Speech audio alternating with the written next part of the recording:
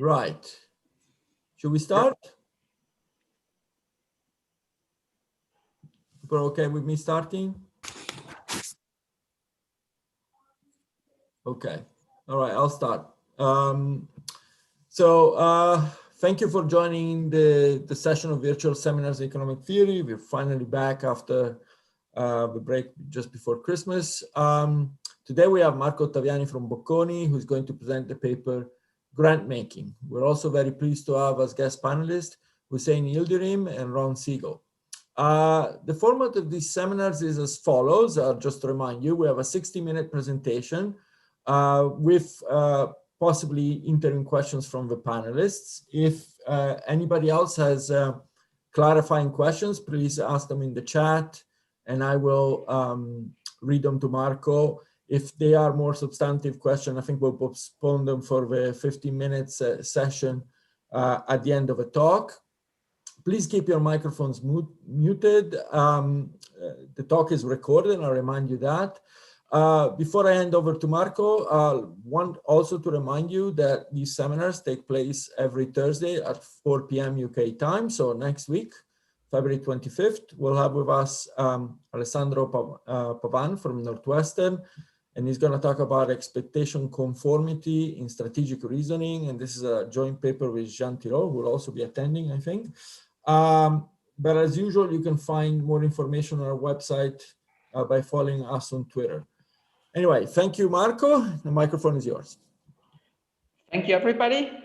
So this is joint. This is not joint paper with anybody. So my first paper is not joint. So let me, start here. You see my screen now. To shore COVID-19 crisis, governments are setting up targeted subsidy programs.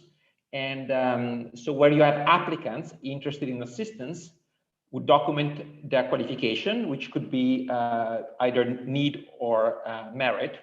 And then the applications are reviewed by program officers. And governments are used to have subsidy schemes along these lines, for example, to incentivize startups and innovation.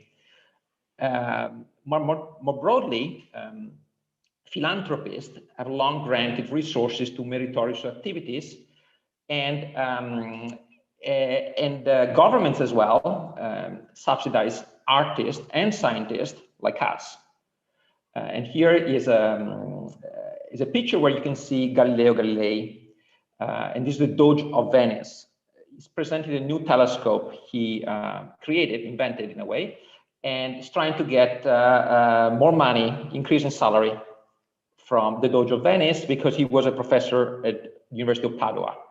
But through his connections, because he tutored Cosimo de' Medici, who was a very young boy, the son of Grand Duke of Tuscany, who died, then that way, leveraging his connections, he managed to actually be appointed at the University of Pisa, which was set up by the Grand Duke of Tuscany, and he gets basically a full teaching buyout, which is the dream thing for any researcher like us, So now this work actually grew out of some lobbying activities for European Economic Association, partly, but it made me think more generally about grant making, and which is a designed system designed so that you select the most worthy projects or individuals.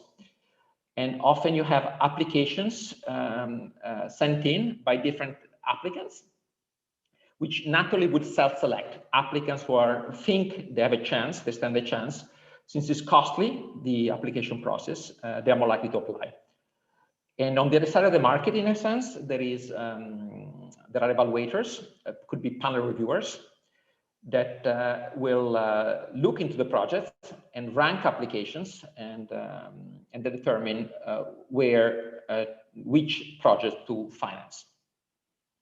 So applicants often complain this is a costly process and time-consuming to apply, and evaluation can be imperfect, and also complain the success rates can be quite low. but also the evaluation is actually quite difficult. And grant makers struggle to compare applications, especially across fields, because within field, you can look at relative evaluation of, you ask the same experts in the field, which applications are better within your field, but it's very difficult to compare across fields. And actually a common formula adopted by many research funding organizations to decide how much money goes to a field rather to another field is actually kind of market-based to some extent or demand-based, and it works like as follows. You have an overall budget, and that's how it works at the European Research Council, for example. And then you look at all the money applied for, demanded for across all fields, all panels, and you look how much is demanded in a particular field or panel.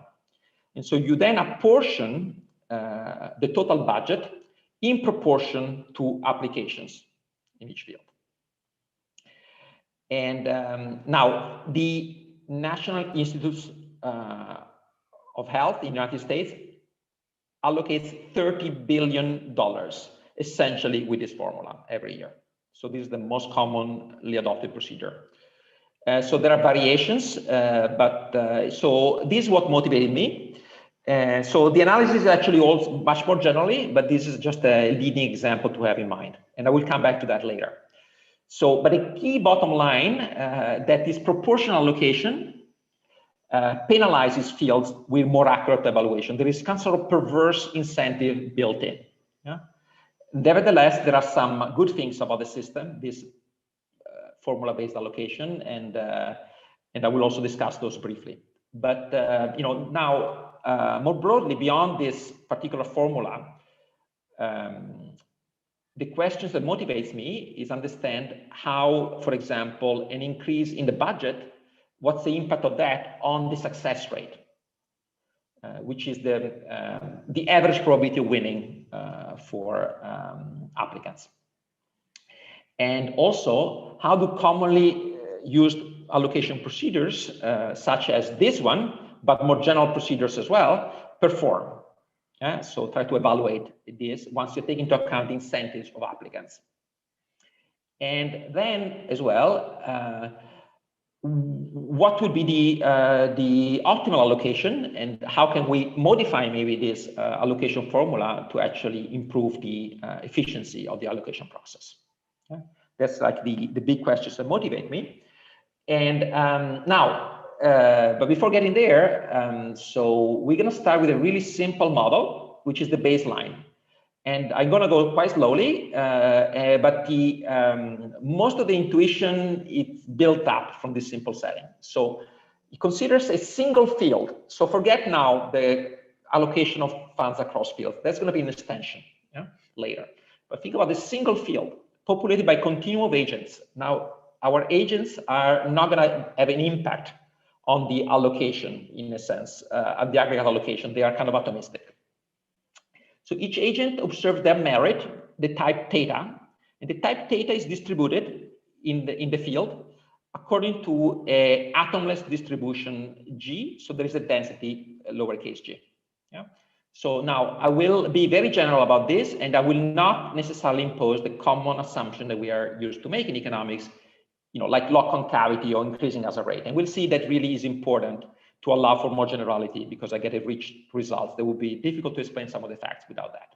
So I'll be quite general there. So now the applications is costly, and now in the simple setting, it costs C to apply. You know, so there is a positive cost of applying. And so if successful, the applicant gets the benefit V, which is more than C. Okay.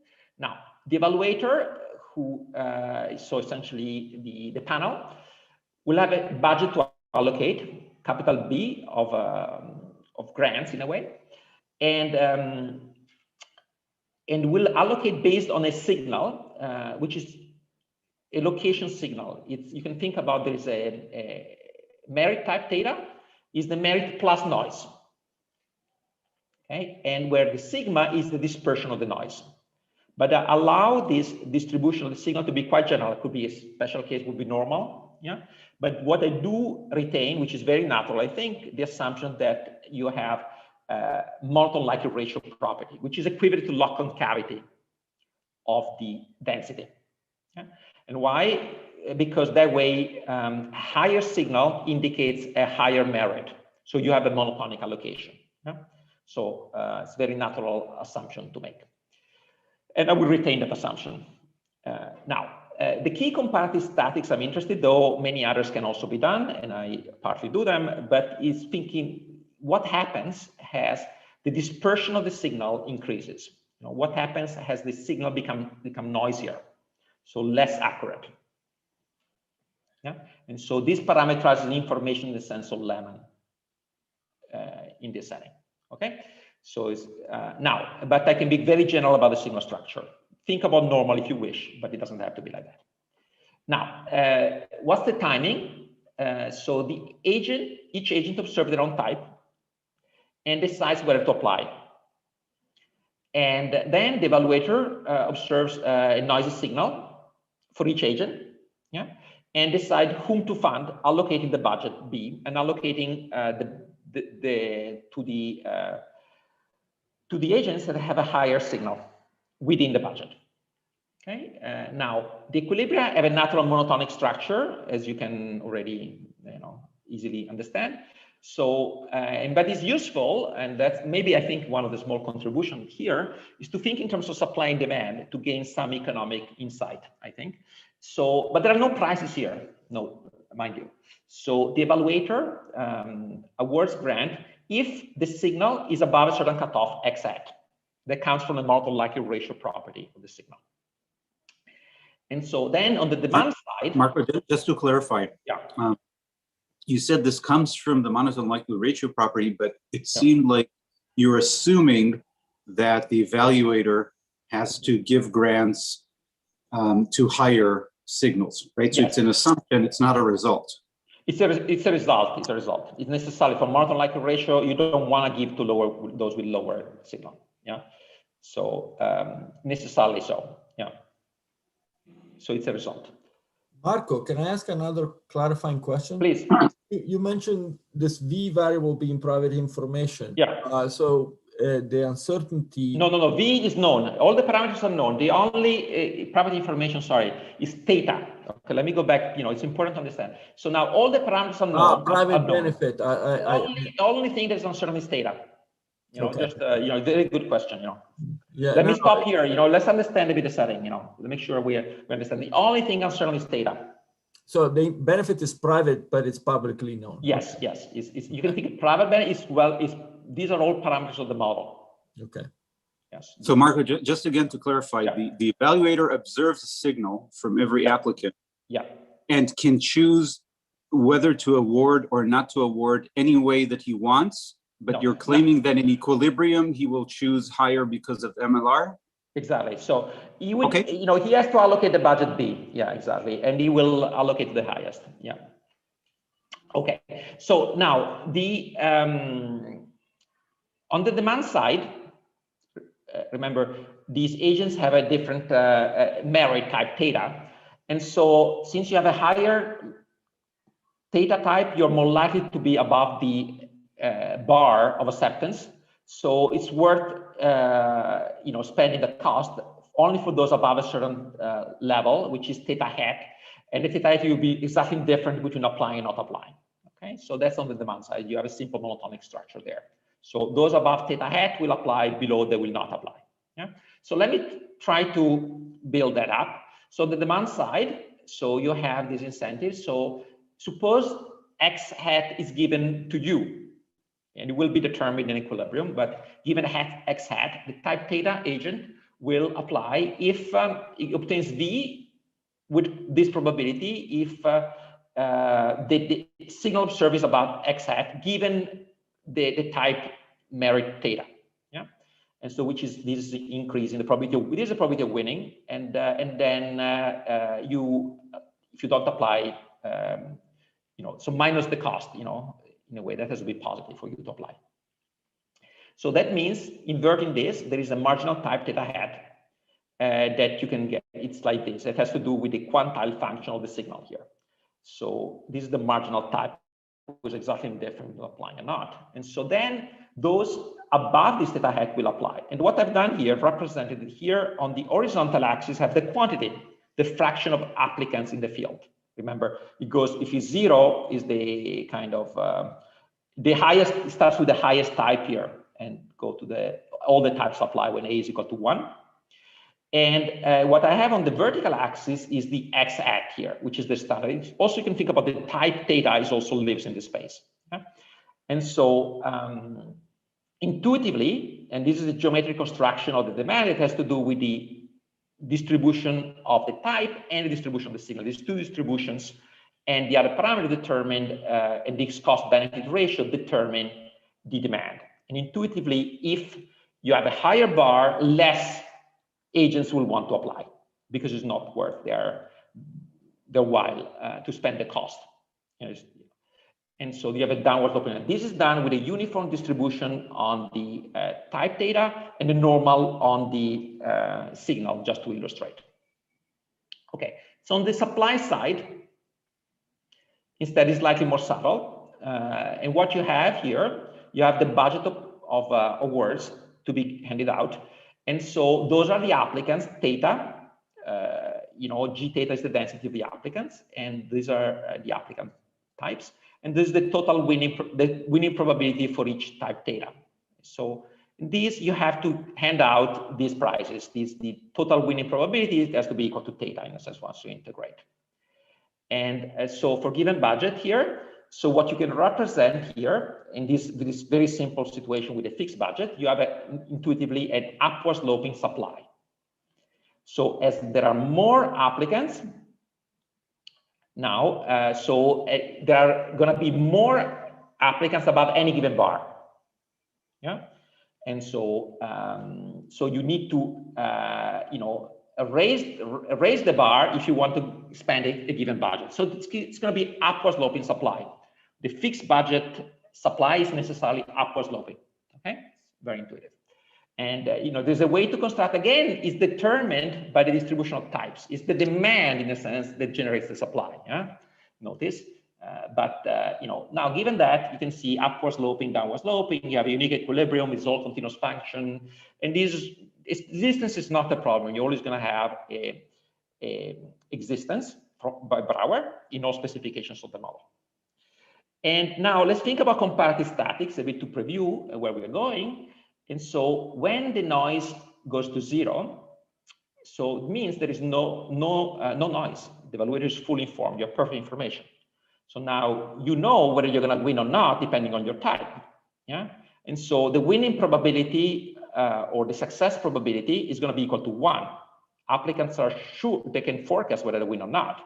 So there's going to be success probability equal to 1. And so an applicant equal to the number of prizes will apply, being sure to be winning, right?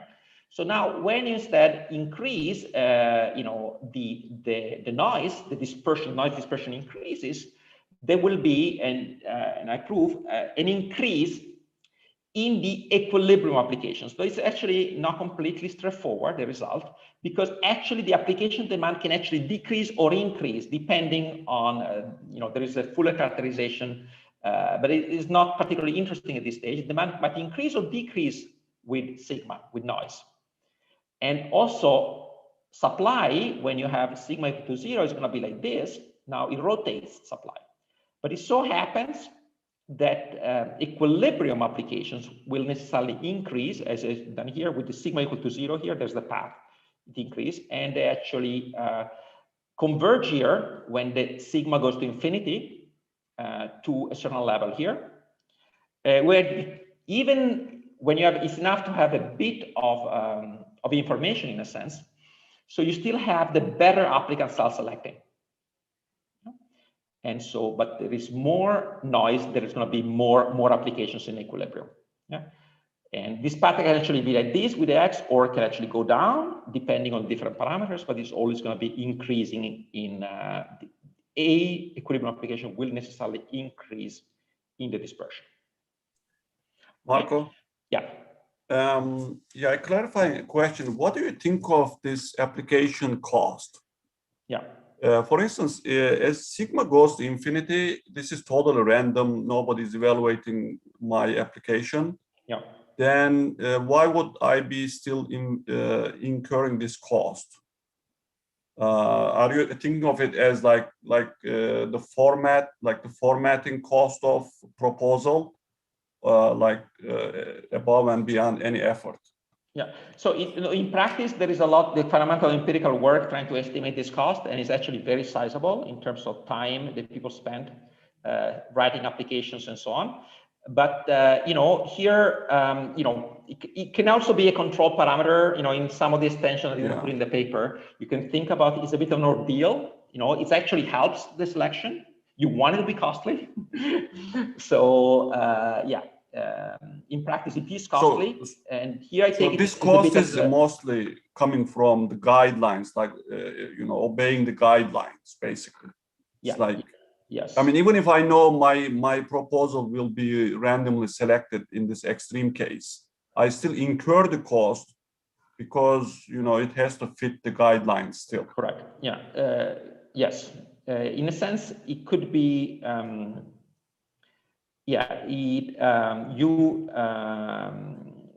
As I said, it could actually be optimal to have a non-zero cost, but in practice, it is costly to spend the time, do all these things you need to do to submit, Okay. It can be more or less costly, and it can also, the opportunity cost of the time can be different from different people. Yeah. The simple model is homogeneous, naturally to think about extension. I played around with that. But just for simplification here, I just look at a simple case where it's the same for the applicants in the same field. The general model also allows for the cost to be different across fields. Mm-hmm. Now, let's think about here a simple comparative statics, just to, you kind of understand how the model works. So briefly, I want to play around with it in this simple specification here with a fixed budget. And so with the stimulus bill after the 2008 financial crisis, Obama, there was introduced this, the recovery fund where it gave money to NSF and NIH. The first tranche was gave money to people who already applied, and they got a phone call. You were rejected, but now you got lucky. There's more money. You get money, more money. So they basically went down the ranking, and they gave more prizes. And naturally, what you have is an unexpected shift in the supply, in a way. So the applications were closed. Clearly, intuitively, you would have a decrease in the quality. If the better applications were selected, those who were rejected, now they get money because there is more money, and they are a lower quality. And that's exactly what this empirical paper finds. These extra applications were actually of lower quality, have lower citations than the other one. So that's basically an unanticipated increase in supply. But part of the money, the big chunk of it, was actually anticipated. So there is a shift in supply, and that was anticipated. i.e., you would expect there is more money, and you see there will be more application. But the question is, how many more applications, correct? Now, the key empirically interesting question is the success rate, which is the defined, maybe I should have put here, is the budget divided by the amount of applications, which is the average winning probability. Does that increase or decrease in the budget? Yeah. And so now from the model, you can derive, you can prove that if the distribution of the types has increasing hazard rate, yeah, and that's an assumption we are often making in economics. So if you have increasing hazard rate, then an increase in the budget results in an increase in the success rate, which is the intuitive case if you think about it. And why so? Is because increasing hazard rate implies a decreasing residual expectation. Yeah? So with our more applications, the marginal applicant clearly goes down, but the gap between the inframarginal and the marginal applicants is widening. Okay, which means the success probability of the marginal applicants is going to be equal to C over V because you're along the demand. Yeah. So, but the average success probability of the inframarginal applicants is going to be increasing because they are so much better than the marginal applicants. And so, which means under increasing hazard rate, you have an increase in the success rate. Now, but and you see graphically what's going on here. This is the constant Payline or constant success rate curve. It's downward sloping. I will show later. You can prove that, and it's actually flatter than demand. And so then you get this result, and this under increasing hazard rate. But if you have exponentially distributed types, it's a boundary case, then you have that the demand has a constant success rate. So the two curves coincide, which means this, the increase in the budget will result in it would be neutral when it comes to the success rate. And if you have decreasing hazard rate, you have that an increase in the budget results in a kind of almost paradoxically, there are so many more applications, they increase more than proportional with increase in the budget, so that you will have a decrease in the success rate. So there is more money for distribution. There are so many more applicants, more than proportionally, so that actually the success rate decreases. Yeah. And empirically, Stefan shows, and other people have shown, that the second tranche resulted exactly in that, which suggests at least that allowing for decreasing hazard rate is not a completely crazy thing. It's actually maybe natural assumption or natural thing to allow for. Okay, so that's why I want to allow for that. Okay, so now let me get you with this introduction, to give a sense for the full model. Allocation is potentially easy within the field, ask the experts, but it's quite difficult across fields because the experts might want to support their field, and we have a lot of experience of that at both the NIH and the ERC. So then NIH was really grappling with that. This is I read an entire book about the history of NIH. In 1988, they introduced essentially a normalization of the scores across panels, and then essentially grading on the curve system, whereby you give grants to those who are better, the top application within each panel. Yeah? The top P applications are funding in each field. It's a bit like giving A+ only to the top 15% of your students in every class. So then I show, and it's kind of immediate, that this is equivalent to funding proportional to applications in each field, which is what the ERC does. And so what does the ERC do? So it uses exactly this proportional allocation formula, yeah, that I gave you before. And this, if you divide the budget allocated to a field by the budget, but the application in the field, the demand of budget by the field, you see AI goes away, and you're left with something which does not depend on the field. The Payline is going to be equalized across field, which is exactly what the NIH does.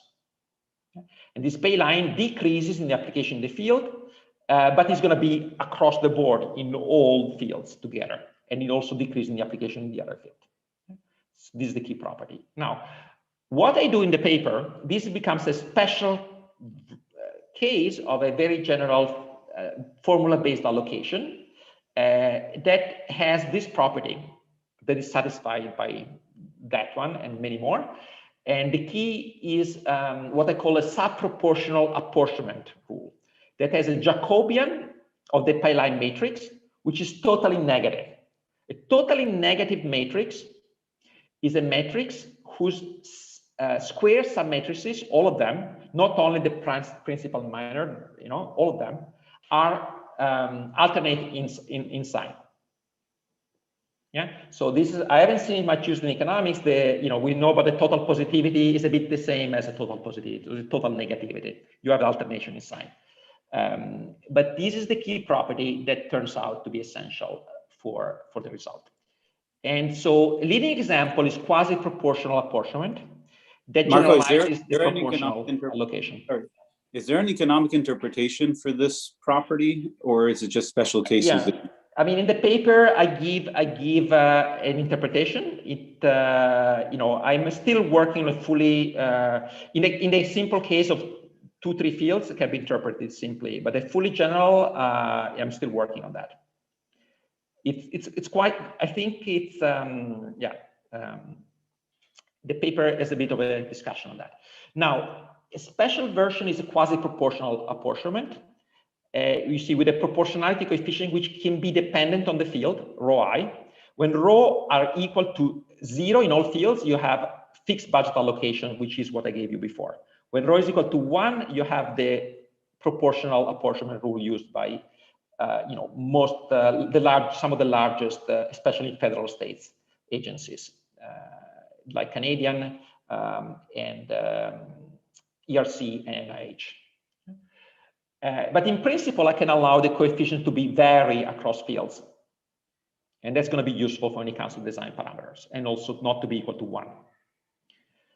So now what I do is exploiting the supply and demand construction that I highlighted, and I can push it very far. I start characterizing the Constant-Payline equilibrium, which looks at a situation where it applies to a single field that has a budget which is proportional to application, but is essentially a very small field that the pay line or the success doesn't adjust as it will be unless the field is infinitesimal against, as there are more applications, the pay line adjusts against you, correct? And so suppose that you're so small that is fixed. Now this also applies immediately to grading on the curve. It's the model of grading the curve. So, that you have a fixed budget of A classes. Yeah, it's also relevant for that. So essentially partial equilibrium small field and as well. And this turns out to be the key building block for all the theorems and the results I have. And then I go for a partial equilibrium, where it extends a bit this, where the field is not small anymore, but I hold fixed the application in the other fields. Is what we are used to do a bit in partial equilibrium theory to some extent. So now you have this adjustment, which is negative, which is basically what you get in the more general from the total negativity. There's an implication of total negativity that more application results in an adjustment against you of the pay line. Yeah? And so, but I hold fixed the application in other fields, the partial equilibrium analysis. And then I go for a full equilibrium analysis in the full generality, subproportional. And then I have an example, quasi-proportional and proportional. And then I characterize also the optimal allocation and compare and trying to do some design. That's basically the plan of the paper. So let me give you a preview and a foretaste for the results. Yeah. Now, what I show, clearly you have an issue about multiplicity of equilibria, which I fully characterize. But what I show is actually natural, very natural to focus on stable equilibria. By stable, I mean Taton-Mount stable in the Arrow-Hurwitz 1950s kind of way. So which is as small deviations away from the equilibrium takes you back there. If the equilibrium is unstable, it's not sensible. It's really, to me, it's not really an equilibrium. So you should focus only on stable equilibria. So all stable equilibria have, under this very general condition, has this property that an increase in the dispersion increases the equilibrium allocation. That being, constant pay line, partial or full equilibrium. All of them are going to have this comparative statics, all the stable equilibria. And also decrease in the dispersion in the other field. This looks like a very perverse property by the face of it. But the question is of extent, how much, does it decrease? But this is particularly perverse, as I will show. But this is not necessarily perverse when it comes to welfare. It's actually quite subtle. This took me the better part of the last couple of years to fully understand, I must say. Now, if the dispersion is sufficiently low, i.e. you have good enough information, which looks like in this case, you would want to give a lot of money to a field to some extent, but what you have a perverse result. The unique stable equilibria, necessarily, applications are unraveled, nobody will apply if sigma is sufficiently low, right? Now, I am more precise what it means to be sufficiently low. Yeah? And I will talk a lot about that. The optimal allocation for the evaluator, who is maximizing the quality of the funded applications, is actually can increase or decrease in the dispersion. So that's why this not necessarily, by the face of it, is perverse, but this is necessarily perverse. Yeah? Now, the interesting thing is then what I can show close to symmetric problem, this increasing dispersion is excessive compared to what you would be optimal for the evaluator. So in that sense, it's perverse, even though this Marco, is positive. Yes. Marco, when you talk about optimal, what are the dimensions you're optimizing over, and what? Yes, I will talk a bit later, okay, about that. I will just give you a sense. A sense for the preview now, because most of the work is about the positive, but I wanted to give you, it's a bit of a preview. Yeah, correct. It's a roadmap. Yeah, and then I will give you, it's a bit of an invitation to read the paper to some extent. Then I will, when it comes to design, I think about this design of the proportionality coefficient, and I want to design that increase in sigma, in a sense, if I have this tool at my disposal. And I can implement the optimal allocation by having a field-specific proportionality. Okay, so now with this preview, let me step back again to what we were, which is the model where you'll consider again a single field, but with essentially with a fixed pay line. The success rate is fixed to P. So the budget automatically increases proportionally to the applications, but the success rate, the pay line doesn't adjust against you because you're a very small field, or you have a fixed fraction of winners in the field. The A pluses, in a sense, that is 15%, let's say.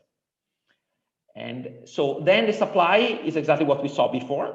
Notice only that PA is the budget. So I can take A down there. And once I do that, there are lots of results which are, we know from reliability theory that are going to be very useful. And so this is the constant pay line curve that I displayed before.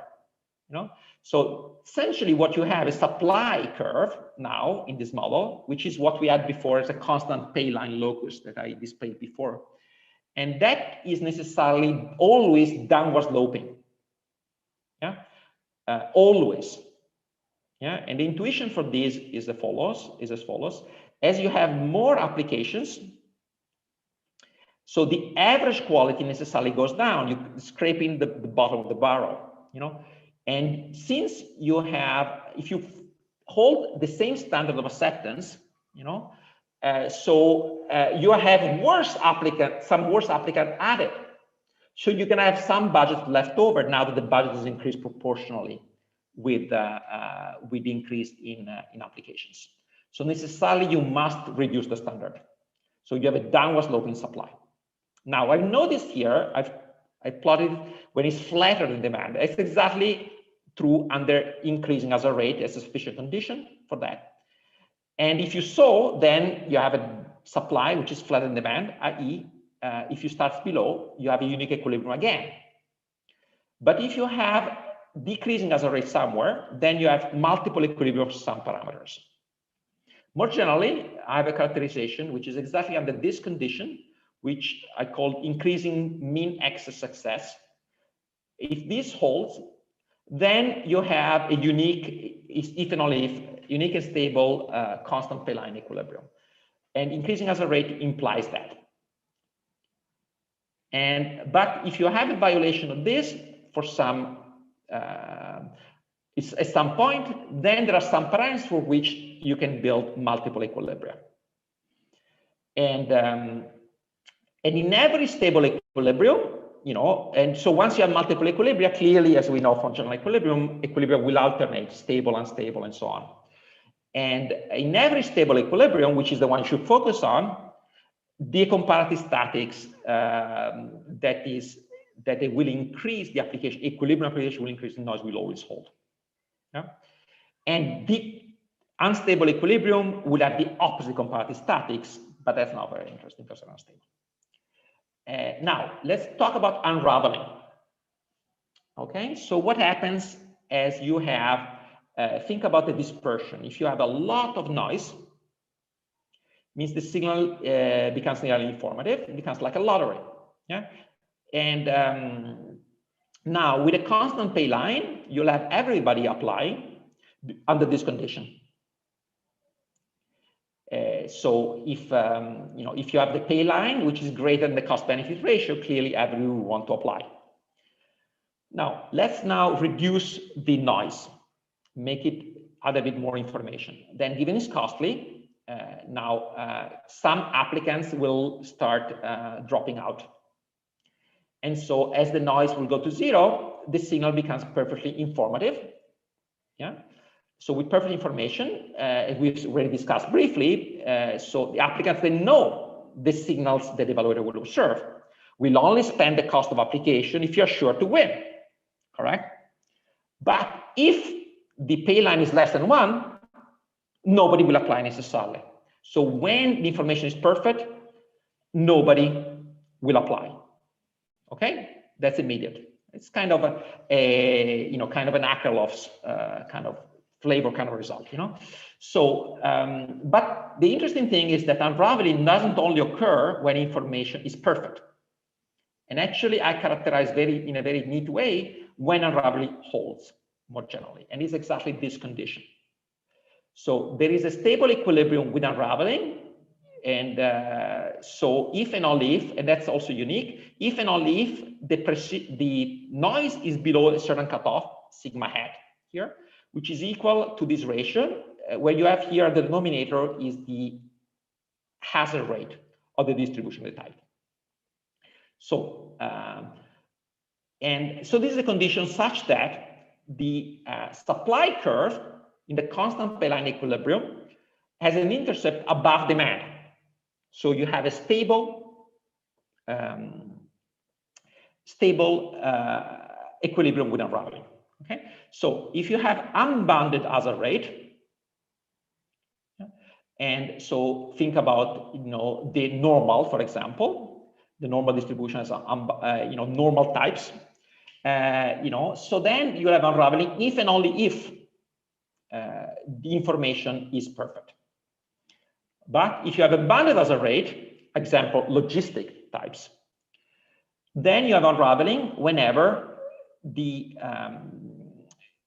noise dispersion is below a certain level, which is bounded away from zero. So sigma hat is positive. This sigma hat is completely positive. Yeah, and so so if you have a bounded and increasing hazard rate, for example, like in the logistic, unraveling under this condition would be unique equilibrium. So this is just an example. If you're decreasing hazard rate, other case, and when you have sigma below a certain level, this is an example where you have a viable distribution with k less than 1. Remember, viable when k equal 1 is exponential. You are just a thicker tail than exponential. Then you have a unique equilibrium provided that the noise dispersion is sufficiently low with unraveling. Otherwise, you have partially three equilibria.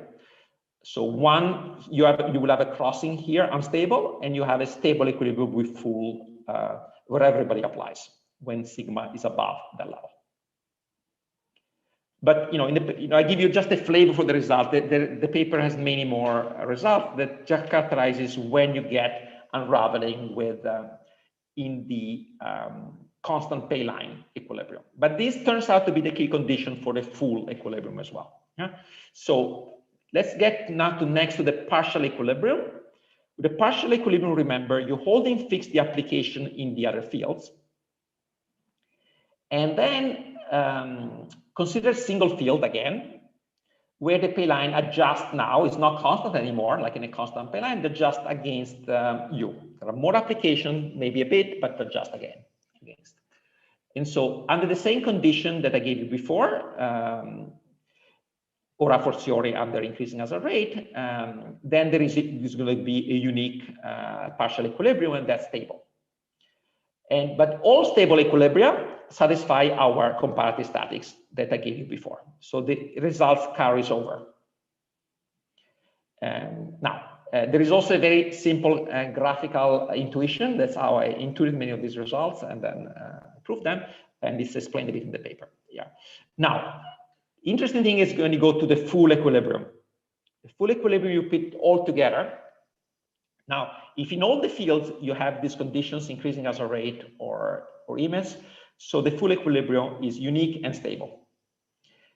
If in any interior stable equilibrium, the application unique field have the comparative statics I show in the constant Payline in the partial equilibrium, they would increase in dispersion and it decrease in dispersion in the other fields.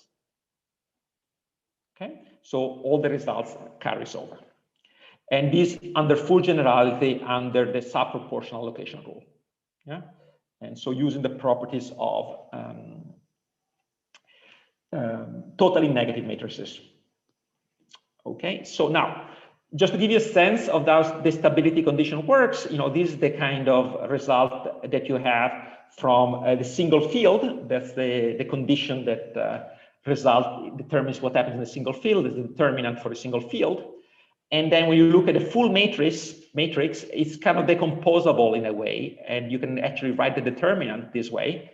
And then using all the results about the signs, you can actually sign that and prove the results.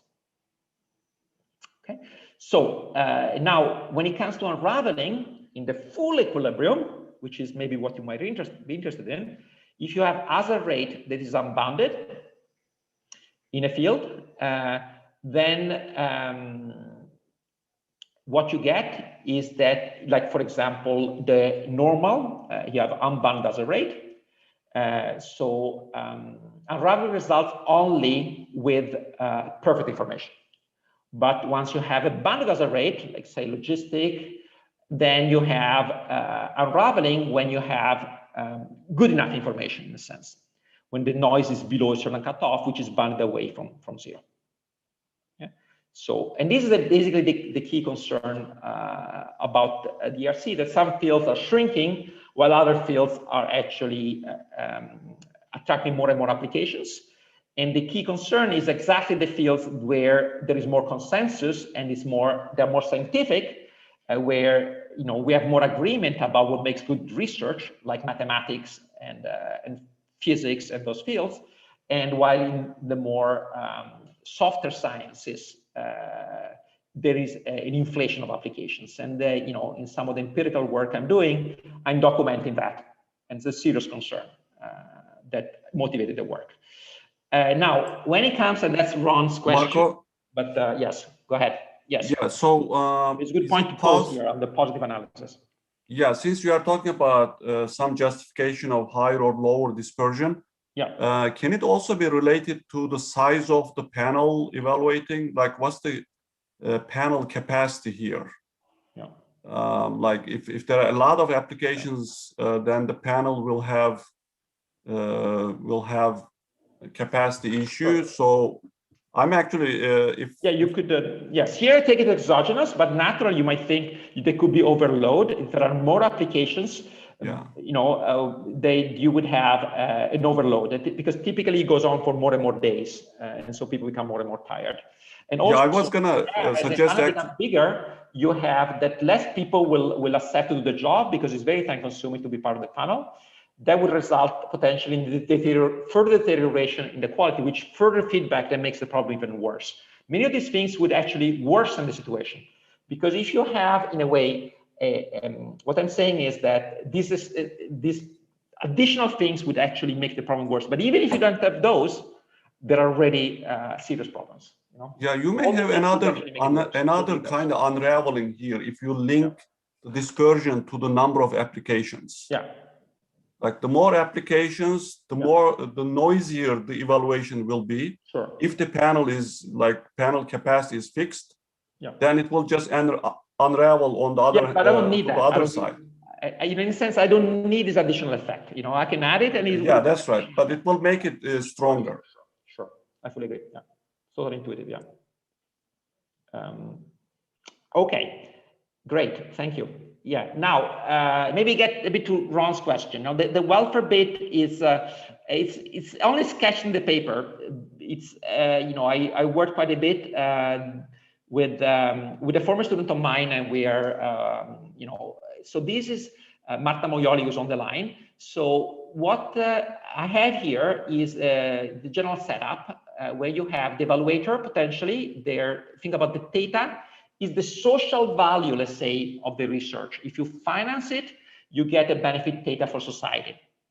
And V could enter the weight of the benefit of society with a weight. Now I look at a case where you just look at the maximize the payoff of the evaluator, but many of the results goes through once you also allow for an arbitrary weight on the payoff of the agent, which on V and C.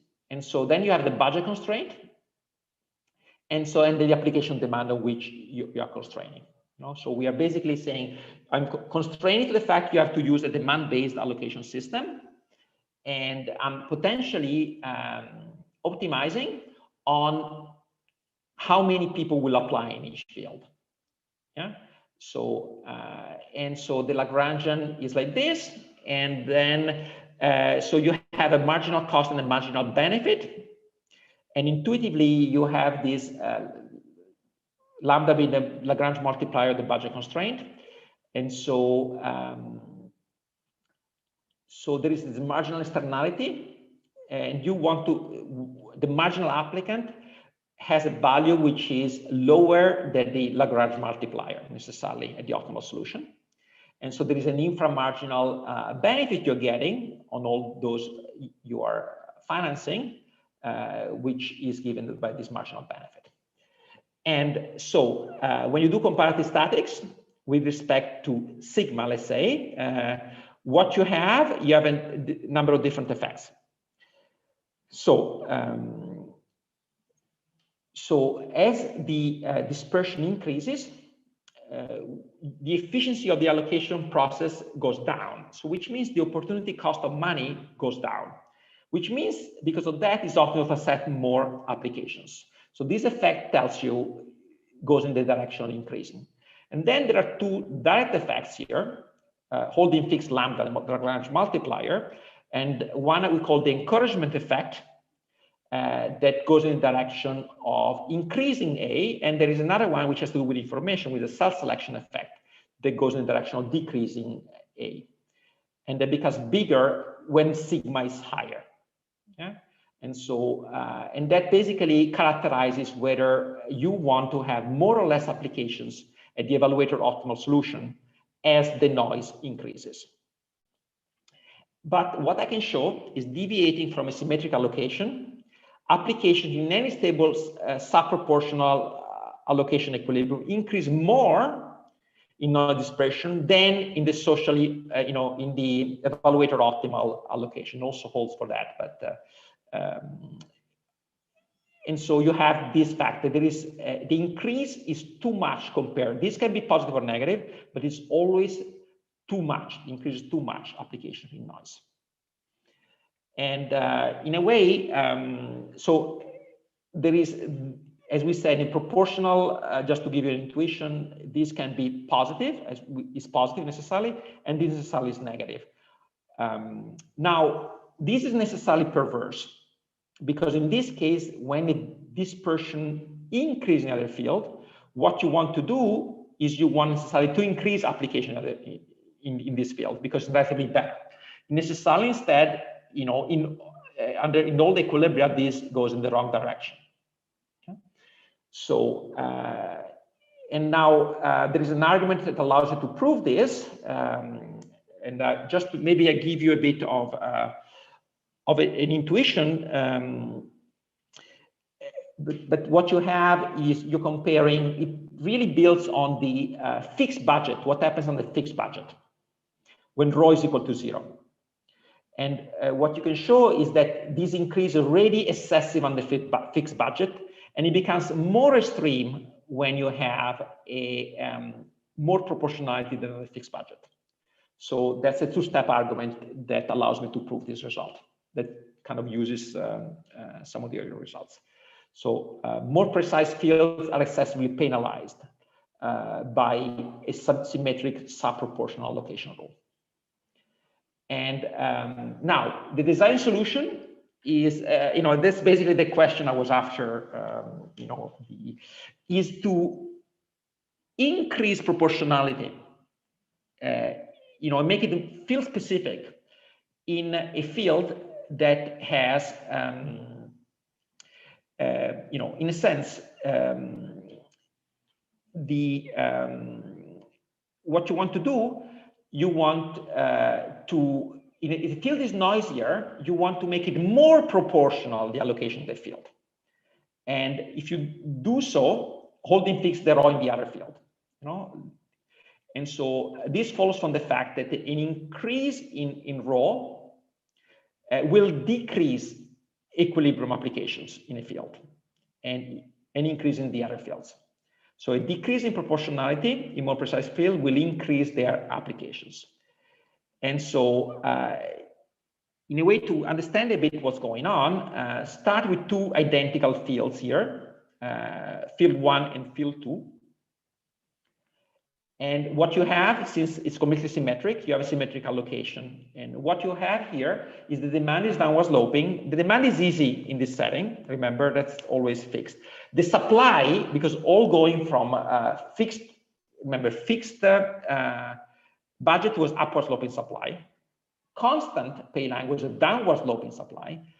Then there was the partial equilibrium supply. There was, you know, was starting with downward sloping. There was an effect of pushing it up. You know, that's basically what you go, because the pay line adjusts against you, which basically pushes the partial equilibrium up. And also, here I'm holding fixed the A in the other fields. This is essentially a partial equilibrium supply. It typically has this form. Initially goes down and then goes up. Yeah? And now start from this allocation and now shock the system by making this field more precise. These are more like pure science in a sense. So this field, you're increasing the quality of the panel evaluation, or it becomes more consensual. The field becomes more, you're easier for applicants to know their ranking. Now, what will happen?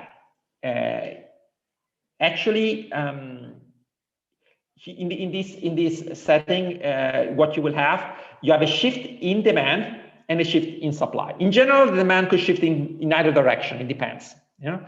But if in the realistic case, demand shifts in this direction, the results would hold regardless in the direction in which it shifts, clearly. But suppose it shifts in this direction for the sake of argument. And so what you have, you will also have the supply always shifts in the same direction of demand. It's another result. So the new equilibrium here is going to be a B. And that's just an illustration of what we saw. The new equilibrium will be, there is less noise in this system. There will be less applications in equilibrium. Go from A to B. And there will be more application in this field. And now, what would be the optimal thing to do? Okay, so with this parameter, it turns out this actually would be optimal to actually have less people applying in the more accurate field. This is the optimal location here. And but it's necessarily optimal to have less people applying in this other field, which is less accurate now. This becomes more accurate. This is less accurate. You see, it goes in a totally wrong direction here. So what you want to do, you want to go from B to C. Yeah. And so you can restore efficiency by doing what? By reducing proportionality now in this field, which is less noisy, or equivalently increasing proportionality in this field. Yeah, you can also achieve it that way. It's a multiple way of achieving the same goal. Yeah? And so this, just to summarize, and that's I think I kind of give you a feeling for the paper. So let me, Marco, yeah, Marco, just to clarify. Yeah. Managing the set of applicants in a particular field is equivalent to specifying the marginal applicant, right? Because you know that it's monotone, the application decision. Can't you just do that by varying the cost of application in that field? Yes, sure. By varying the cost, you can also achieve things, you know, with many ways you can actually do. Yes, sure. Okay. Yeah. Now, let me just give you a bit of a summary of what we learned here. So formula-based allocation, in a sense, now I've been criticizing it a bit, but I think there is a reason why this is widely used, because it avoids administrative meddling, and the alternative could be even worse. So on the one hand, appears very fair because it treats the fields all in the same way. It looks like, but it potentially leads to perverse incentives, but if fields are different. And in particular, I'm stressing one particular fact: a more consensual field will attract less applications. And I have, also with Marta, we've been working with Jerome Ada at UCL on data. Particularly, the Research Council of Norway has been very generous in giving us very nice data about the actual scores, and they have a kind of mini ERC across all fields, and where they have a fixed budget allocation, but in a sense, the result we have so far is very much consistent. It's very hard to get data about scores. ERC, we don't have those from ERC, but there we have macro patterns about the evolution of applications over time as they change the bidder rules, which goes against in the direction of confirming the prediction of the theory. And it looks like pure science is damaged by proportional allocation. The design fix we are advocating is potentially, if fields are different and proven to be different, maybe we can treat them differently. It might not be easy solution politically, I must say, but it's the first one that came to my mind. Maybe you have better ideas. It's quite difficult, though, I think, politically to accept that. Now, we stress the cons of proportional system. Rewards noise, potentially multiple equilibria. I didn't say too much about that, and I have much more about that. But in a sense, there are also good things, potentially. The allocation looks like completely orthogonal to social benefits, if you think about it, But actually putting in this kind of evaluation about what's the benefit of research in a particular field, it's politically very difficult. For example, you could delegate to Congress, like what the NSF does. The Congress agrees with the director of the NSF, but then the Congress could decide not to finance a particular field. For example, at some point, they decided no money to political science. We don't want anybody to look into what Congress does. Yeah? So in a way, the bottom-up process that we have here, formula-based, responds very quickly to demand-side signals, and it can be virtuous if, for example, responds to the cost-benefit ratio in an efficient way, but not to different dispersion across fields. And as I say, it's a benefit of being hands-off. And in a sense, what we actually learned is applicable way more generally to, for example, journals, where you have, for example, editors dealing with fields. And when I was at Review of Economic Studies, we had an implicit understanding our acceptance rate was 5%. Yeah? So very same impact effect as Constant-Payline analysis applies immediately to that case. Yeah? So a field that is more consensual would result in too little submissions and would be penalized. Ideally, you would want different acceptance rates by field, i.e. kind of field journals that are different. Now, similarly, when it comes to, again, when I was at the administration of Bocconi, we had the same issue about some more math majors at Bocconi, where you get few applications, but they're very strong applications. And so you're only competing with very strong applicants. It's more difficult to get in. But the idea is that you should have much higher acceptance rate in those fields. Similarly, NSF has much higher success rate for mathematicians, and it's actually optimal to have that, according to my analysis. That kind of justifies that. But it's very hard often to argue with administration that you should actually, admit many more people apply to tougher programs. In a sense, this analysis is also relevant, as I said, for grading on the curve. And, though extending the model to allow for choice of fields, and that's maybe lead to the close in the literature, in a way, work by Morgan and the co-authors looked at a version of this model, in a sense, where you had a choice across fields. Didn't have grading on the curve to some extent, other than a small extension. But the analysis becomes much more complicated then. Okay, but I think the insight I get here from the simple supply and demand analysis can actually carry it over to more complicated setting, I think. Okay, guys. So Marco, can I? Sorry, is it okay? Yeah, Ron. Just go. I was going to say, Ron. Or Thank you for listening. Yes. Good. So just to clarify and also follow up on the suggestion and tie something with something Hussein said before. So there seem to be two issues, right? One is it's possible that different fields have different distributions of talent or proposal quality. And therefore, even in the absence of noise, if you were not restricted in any way, you would like to give different proportions to different fields. Sure. So that's one question. Sure. And then the other part is the equilibrium problem of how many actually apply in each field. Now, it seems, right, because you may have too many applicants if you use a particular rule in a particular field. It seems like this second part can really be dealt with fairly simply, politically even, with costs, because you can say, look, there are too many applicants in this field. How do you argue it? Just like Hussein said, we need more evaluators, we need more panelists, it takes too long. We're just going to increase the price. And that, you know, it's just so that's easier than field-specific cost in a way. That's right. Field-specific cost. So explain how you can do that in a way that doesn't look like discrimination in a sense. Oh no, you can say, so if I think about field journals versus top journals, say, I say, look, the AER had twice as many applications this year as last year. We require more referees. We're increasing the submission fee to $200. Okay. And we're not, sure. Yeah. Mm-hmm.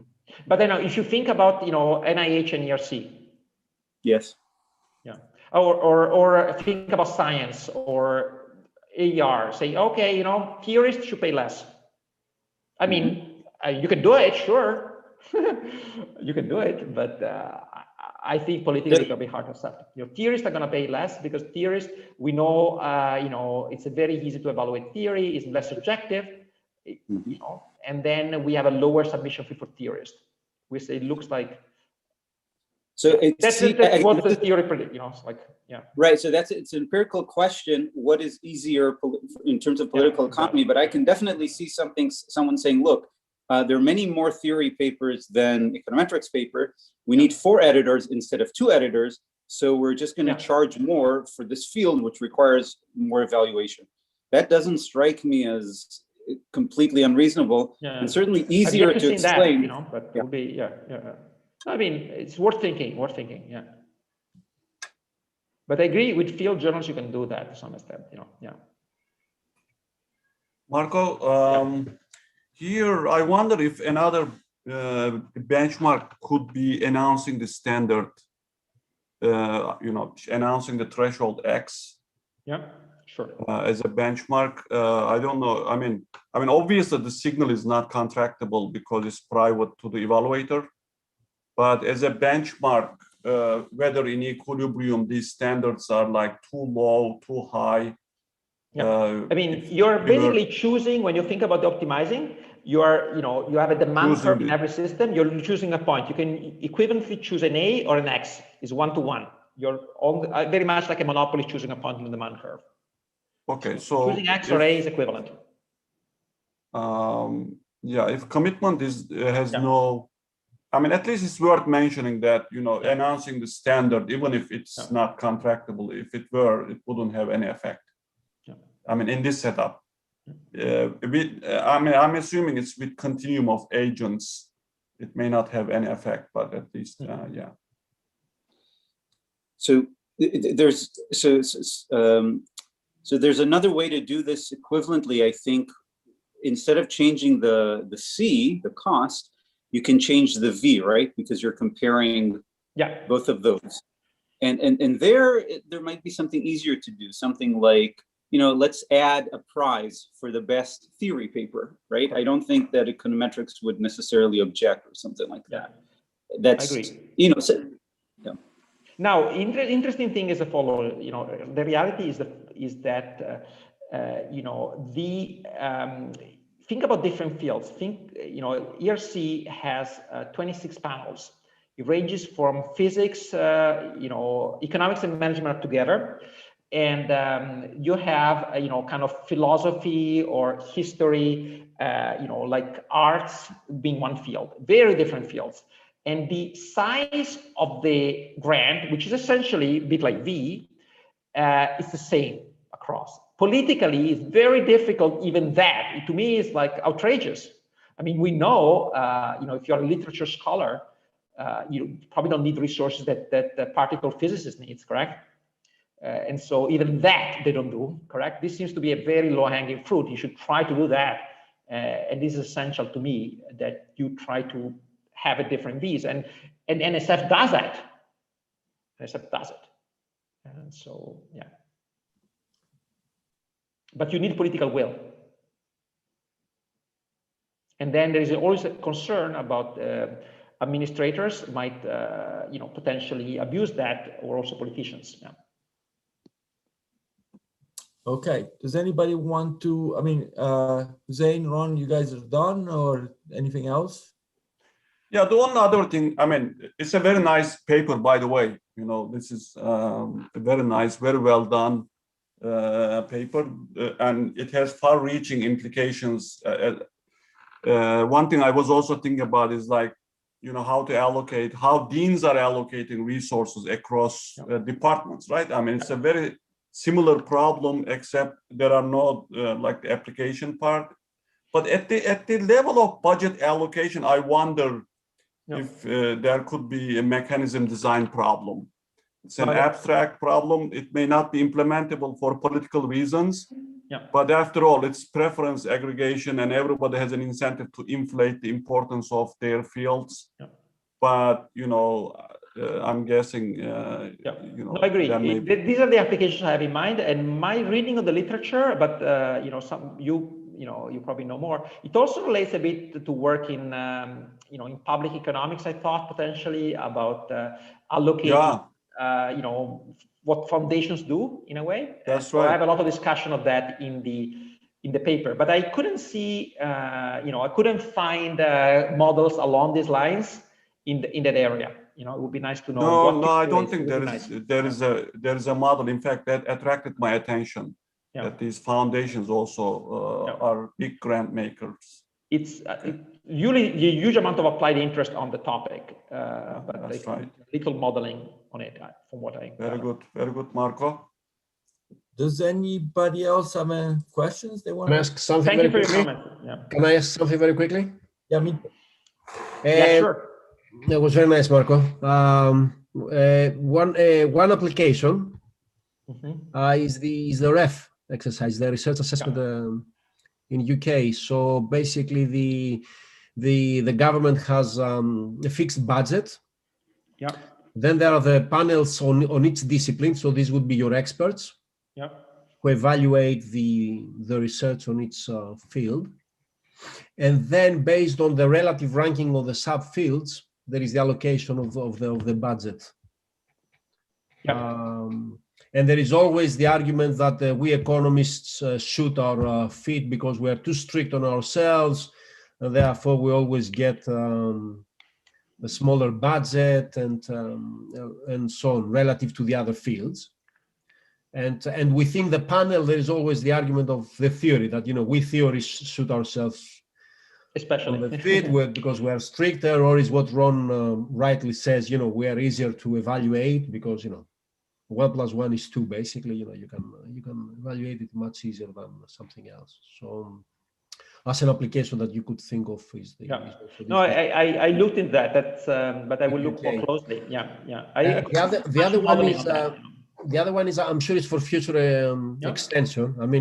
This what you have is already goes a lot way from what we have, but as a future extension, and maybe you have already thought about it, is to connect Hussein hinted on this a bit in his early question, the cost with the dispersion. So either to think of the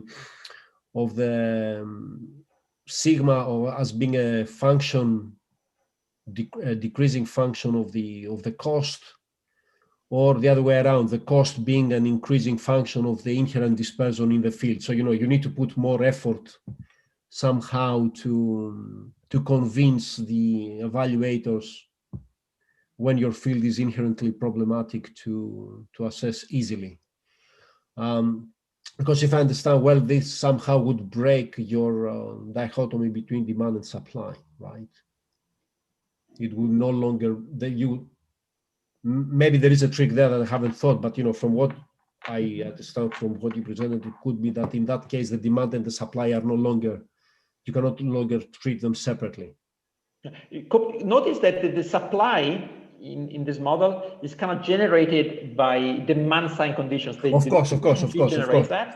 Yes. Yeah, of course. Kind of the demand generates its own supply by and large. Yeah. It's just that, you somehow, you at least that's my intuition. I don't know, that by having the sigma and the C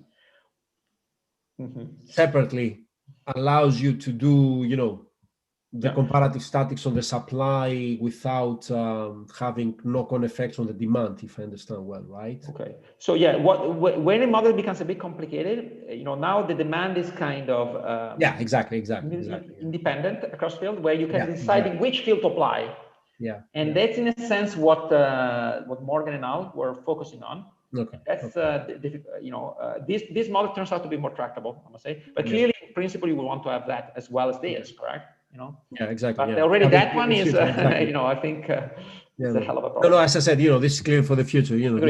What you have is already, a big step away from what we already have. Yeah. Okay, good. I focus on the novel part, I think, in a sense. Yeah, exactly.